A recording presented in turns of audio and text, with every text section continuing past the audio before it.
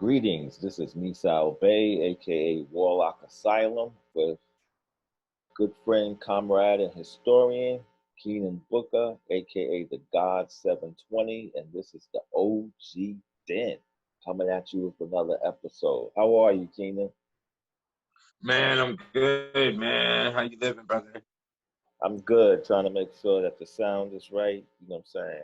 I had some problems. It's never been on the cast that we've been doing, but on some of the loan stuff, I had some technical issues. So I just want to make sure the sound is right. We got a lot of information coming. I'm good. We got a lot of different chambers, man. This brother right here is very highly educated, and he's got a lot of stuff that is definitely paradigm shifting. And we're going to take it in chambers so that when people look at these videos, they can see a nice collection of work, and this is coming out of his books. You know what I'm saying? So he's got really some things to say. I'm gonna pull up a screen for a second. So just let me shadow the eye contact for a minute just to get back into this ordeal. Hold on a second. I'm going through all of this. I hope y'all can see all of this. I just want to pull this up out the way. All right. So talk, Seven. What's going on, man? How was the day? Okay, you there? You hear me? Yeah, I can hear you now. Yeah. Okay, you cut out for a second. Okay, we're good. Okay. All right, well, go ahead.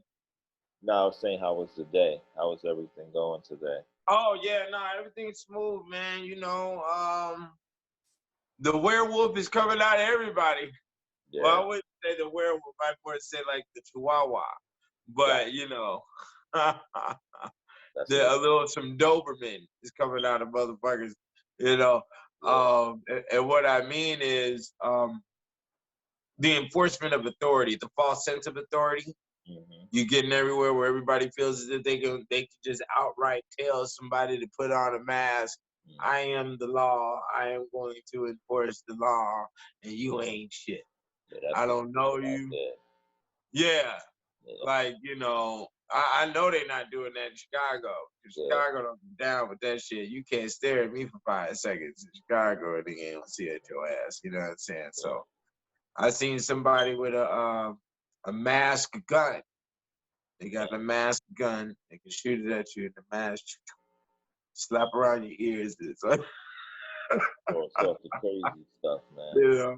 But I guess that leads into what we're getting into today, which is lycanthropy. Is that correct? Yeah, the lycanthropy. Yeah, and the werewolf. Yeah, werewolfism.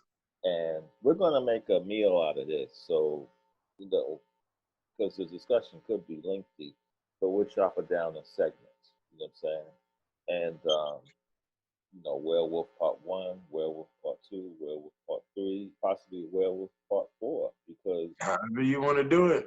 Yeah, I think that this is like some good meat here. But in your definition as a historian, what is lycanthropy? Because a lot of our viewers are not familiar with that word. Lycanthropy is the medical definition. Mm-hmm. Let's be very clear on this. Lycanthropy is the medical terminology. Okay. And werewolfism is the occult terminology. They're both one and the same, but they're not both one and the same. Okay. Okay. So go ahead. I'm sorry. Go ahead. Break down the differences. Lycanthropy is a status where the individual thinks he is a quadruped. Okay. The four-legged animal, the canine. Okay. Or the lupus is what it is. Mm-hmm. That's the scientific name for the wolf is lupus. Mm-hmm. So the individual falls into a status where they think they are a wolf. They portray the activity of a wolf, and they visualize themselves as a wolf. People on the people viewing them or experiencing this with them do not take the person as a wolf and would classify them as insane. I see. Okay. I see. And so it's basically an internal psychosis of being a dog. Right, wow. Right, because a wolf is not a dog. So excuse me, I don't mean to confuse them. They're not. They're two different animals, and they operate differently. Now, okay, so that's very, very interesting. And from your research, 'cause I know a lot of it is specifically around the medieval era, and I'm gonna pull up some stuff that I have for you on my end. Was lycanthropy a a a sort of pandemic? Was it how huge was this lycanthropy during the medieval era? Like people suffering from it? Lycanthropy, I've never read a case where there was a mass hysteria Mm-hmm. of lycanthropy. There are stories deep in the realms of Catholicism of whole cities being turned into werewolves, or people being punished and being turned into werewolves as their punishment. Wow. St. Patrick specifically, right? Mm-hmm. St. Patrick being connected with the liquor, being connected with the howling at the moon once on the liquor. If you notice, Europeans, they do a lot of woo and a lot of that when they're drunk. Okay. Mm-hmm. Liquor is connected to werewolfism. You see what I'm saying? Okay. So I've never read across a case besides that one story of a mass or a epidemic of lycanthropy occurring. It's usually an individual scenario. Right. Now, one thing on the flip side, what sort of violence was, well, before we even get into that, can we get your definition then of werewolf, just so that everyone's on the same page?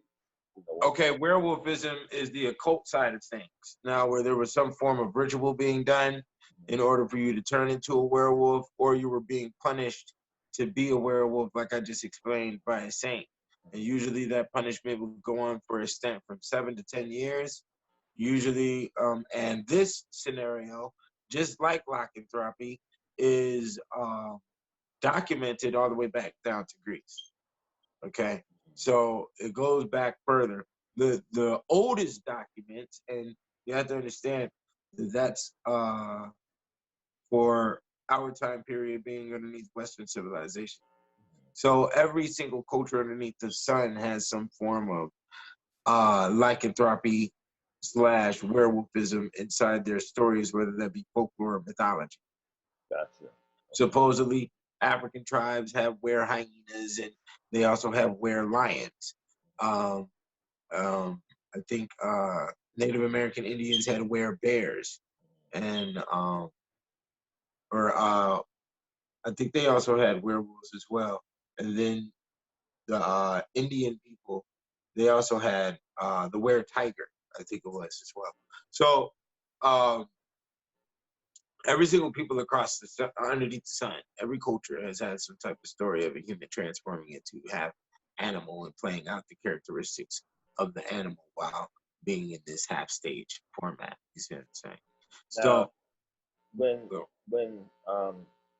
you mentioned different cultures, every culture under the sun has a legend. Was it received the same way as cultures, or did you find that some cultures thought of it as something honorable? The stories aren't the same. The majority of the Eastern stories and the stories of other cultures are not as extremely violent as the ones of Western culture. Usually they would play like a little folklore story of a race with a bunny or some other stuff like that. You know what I'm saying? There was no devouring like you find inside the Greek stories all the way up to the medieval. Now, when it comes to the origin stories of werewolfism, and I'll just throw out one of the forms of rituals. It was done on Mount Lycan. While we're talking about the word lycanthropy, and the ritual that was done on Mount Lycan was you had to get a little boy, and you had to eat. You had to eat his entrails, is what they call them.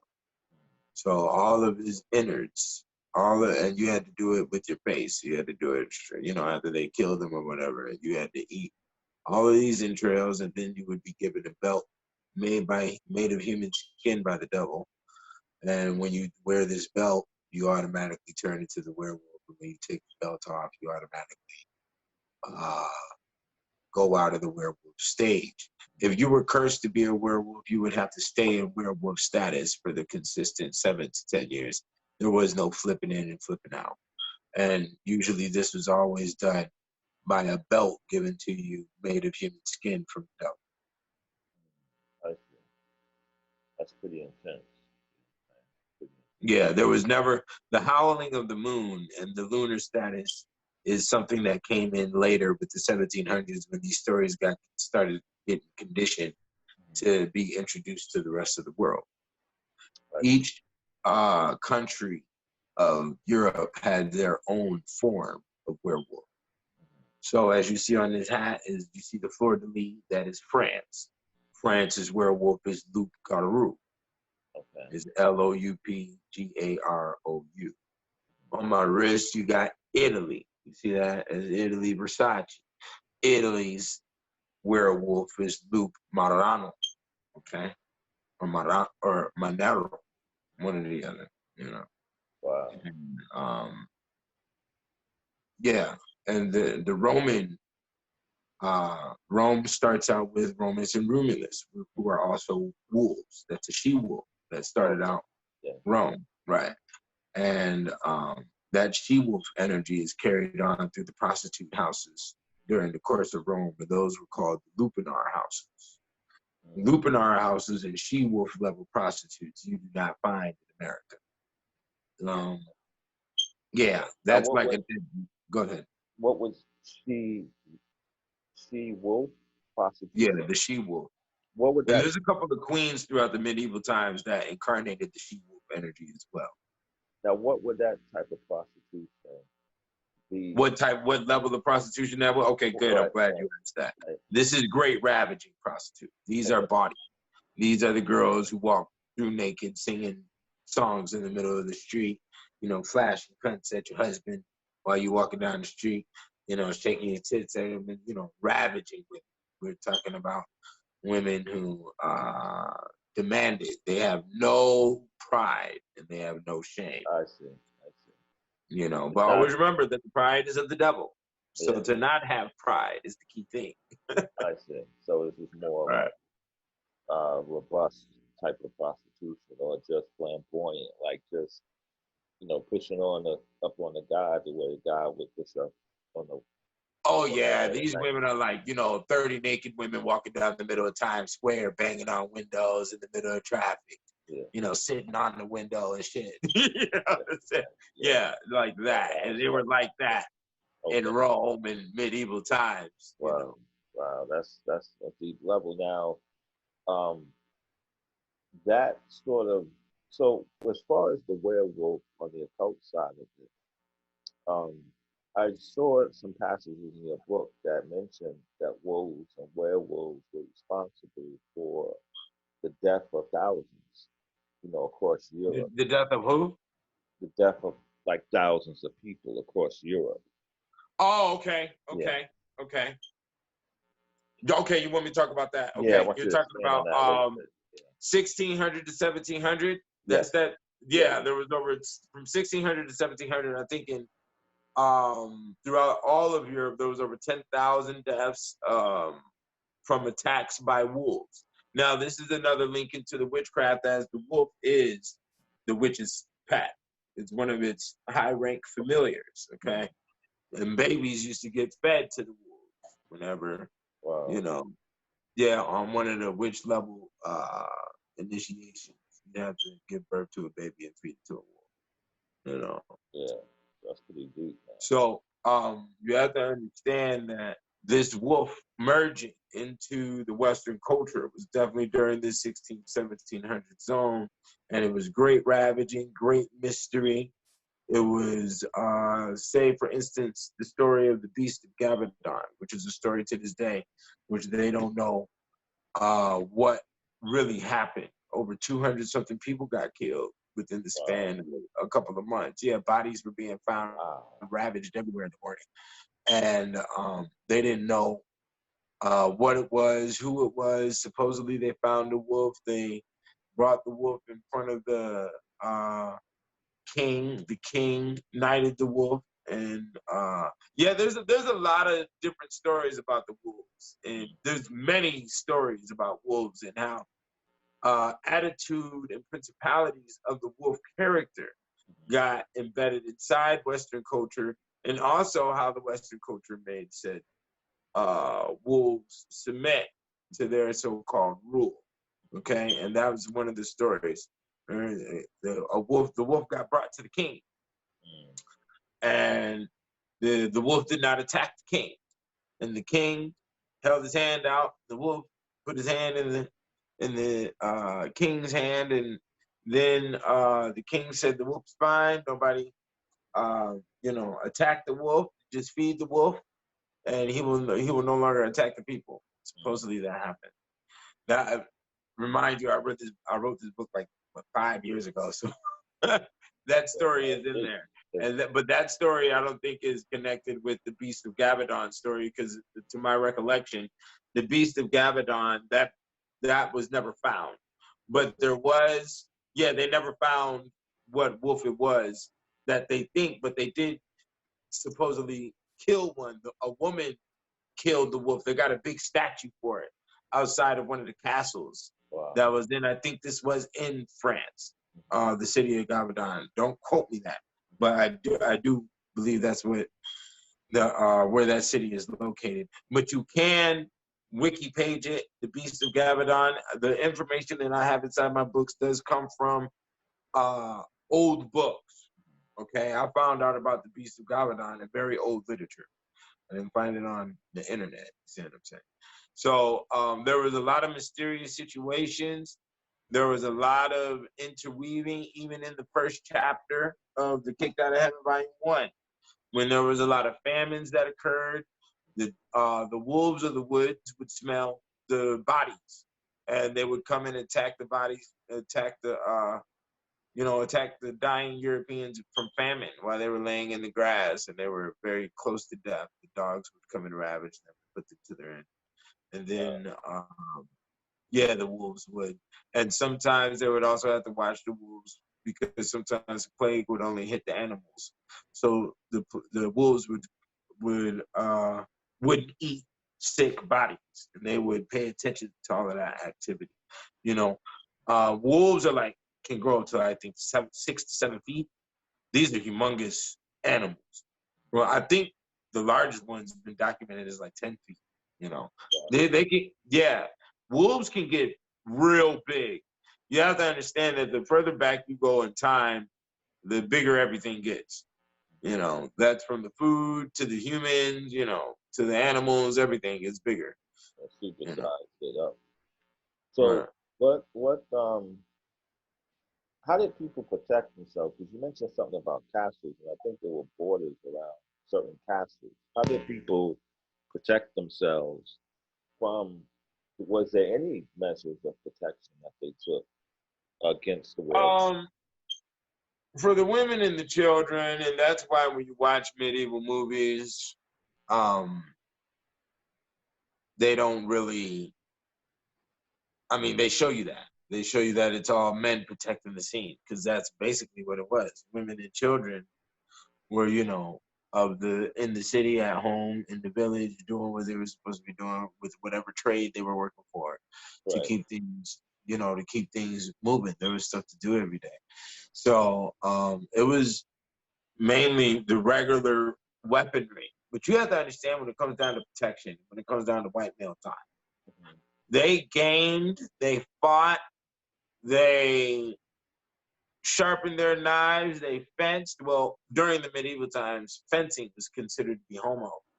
They really took out the knives and the daggers and the swords for their daily practicing of combat. Not only that, they were consistently hunting, they were consistently training dogs, they were consistently playing chess, they were consistently getting drunk, they were consistently chasing after women. It was consistent every day, nonstop. It was, it was trailblaze, So they were built to know when anything moves, to watch every single corner, because there was so much action that was put down on the mandate of their brains, and you had to understand the status of society at that time. Anything could happen with the weather, and the weather was extreme. Anything could happen when it comes to an opposing army or a gang of bandits that want to try to raid the land. That could happen at 3, 4 in the morning. You know, we always got to keep somebody on post. This stuff was real. This stuff was real. And the reason why you can see that it was real, because you can see it in their activity today. You can still see the responses from all the events that happen in old Europe in their daily activity right now. You know. But the thing also too I want to touch on now, why, like, in protecting from werewolves, right? Did this have anything to do with the fortification of the castle walls? Yes. The castle walls and the fortifications of castles and why they were built to be so durable, really could go back further, way back further than that. Because the oldest document is, I think, from a man turning into an animal, is in Gilgamesh. Is the Gilgamesh records? Gilgamesh records. I think there's a case of Wawa. Yeah. So I don't know much about it, but I do know that that's the oldest document on Earth that's relative to this subject. So I state that because when you go deep into the Catholic records, there's a lot of it gets real mystical. It starts getting to mythology levels. Like I said, St. Patrick turned a whole city of pagans into werewolves, you know, as a curse, because they wouldn't resent Jesus, you know. And there's many, many, many stories like this. There's many saints who sent whole villages and whole cities on fire, you know, that sent whole ships down in the ocean and all that other type of stuff. So I state all of that because the fortification of the castles could have been to hold against, you know, 30-foot trolls. Yeah. You know, it could have been dragons rolling around at that time. There was many animals going on at that time that we don't know nothing about. We don't know the specifics. And it's best for us to say that we don't know before we go in and shoot ourselves with the foot and find out information that is very thorough. Because if the werewolf thing wasn't real, I wouldn't have been able to contain such a powerful energy about it inside my books. You see what I'm saying? And when you read the original literature, because let me tell you, the literature that is available from the 1800s and 1700s, and it's beautiful because they still had documents, they still had capability, and they had mind clarity, and they had the access to older information. When you're in the 1800s, you can still reach and get 1500, 1600, and it's still fresh on you. You see what I'm saying? Just like right now, I'm in 2000, and I can reach to the 1800s. You see what I'm saying? Right. So when you reach and get back 1800, these niggas is talking about what's going down to the 1400. You see? And when you do that, and when you go down here to this 1800 zone and you read them, like, boy, that energy is powerful. And I put it in these books, and you can feel it inside these books. So if the werewolf has a specific energy containment of its own, and we're not talking about the vampire and the Dracula and all of that, because that stems from the undead. The undead carries that energy, not necessarily the vampire and the Dracula and the zombie that came from the undead entity. You see what I'm saying? The werewolf entity has its own juice. The witch entity has its own juice. Now, how do these energies have real energies that you can feel as a human, but supposedly it's all Halloween heebie-jeebie? That's where the line gets funny on if it was real or not. So if I tell you there was 30-foot trolls throwing rocks, that could be the reason why the castles were built the way they were. I don't know. You know.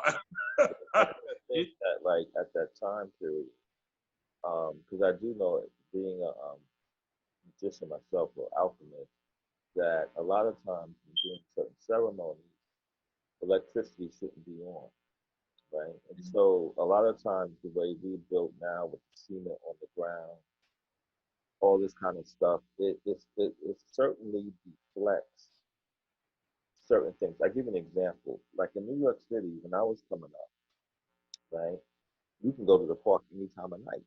You know what I'm saying? You can go to the park 3 in the morning, 4 in the morning. You can go to the park. Now, when the Giuliani, Giuliani era exploded, he shut all that down. So the parks became locked up, and it was weird for people. Like, hey, why does someone would want to lock the park up? Now, this is happening at the same time that crime is being deferred.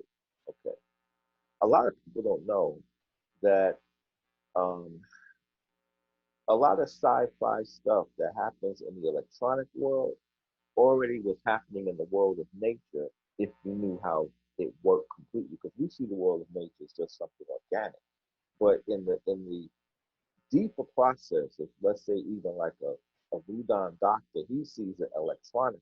And the reason why I'm saying this is because if you want to get to Australia without taking the airplane, you would go to a forest and you would utilize the tree signal to get to another place.